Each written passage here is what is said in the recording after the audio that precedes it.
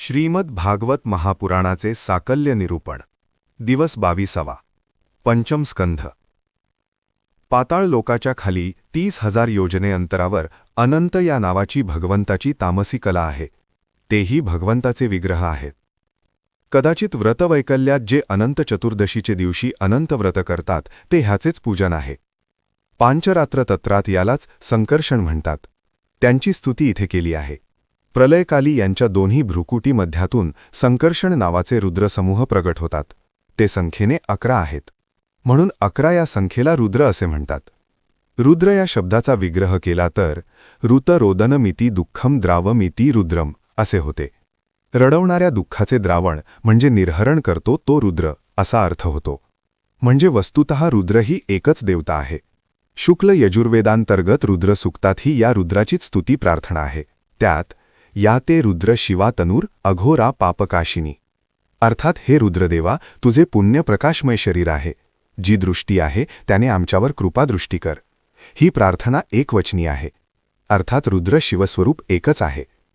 भागवतातील अनंताच्या भ्रुकुटीतून निघालेल्या रुद्रांना प्रत्येकी 3 डोळे होते असे वर्णन आहे. श्रुतीत रुद्र एकच दर्शविला आहे. ही विसंगती वाटली तरी तशी ती नसून व्यावहारिक सत्तेतील ती विविधता आहे. यानंतर नरकांचे विवरण आहे. माणसांचे सात्विक राजस तामस अशा विविध कर्मानुसार घडणाऱ्या पापकर्मांमुळे कोणते नरक प्राप्त होतात याचे सविस्तर वर्णन केले आहे. नरक 28 प्रकारचे आहेत. फसवणूक अपहरण करणारा तामिस्त्र अंधतामिस्त्र नरकी पडतो.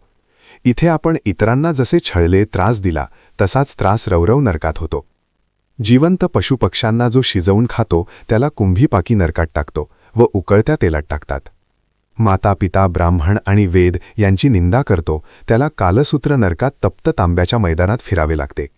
काही कारण नसताना जे स्वधर्म वैदिक मार्ग सोडून नास्तिकतेने वागतात त्यांना असी पत्रवण नरकात ढकलतात.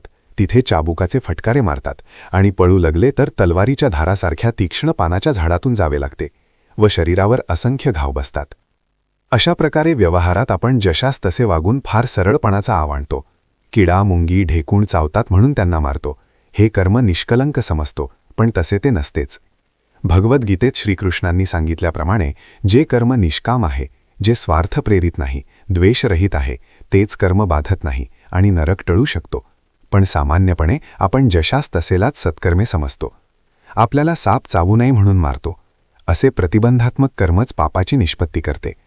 ब्राह्मणांनी कुत्र पाळले तर त्याला प्राणरोध नरकात जावे लागते.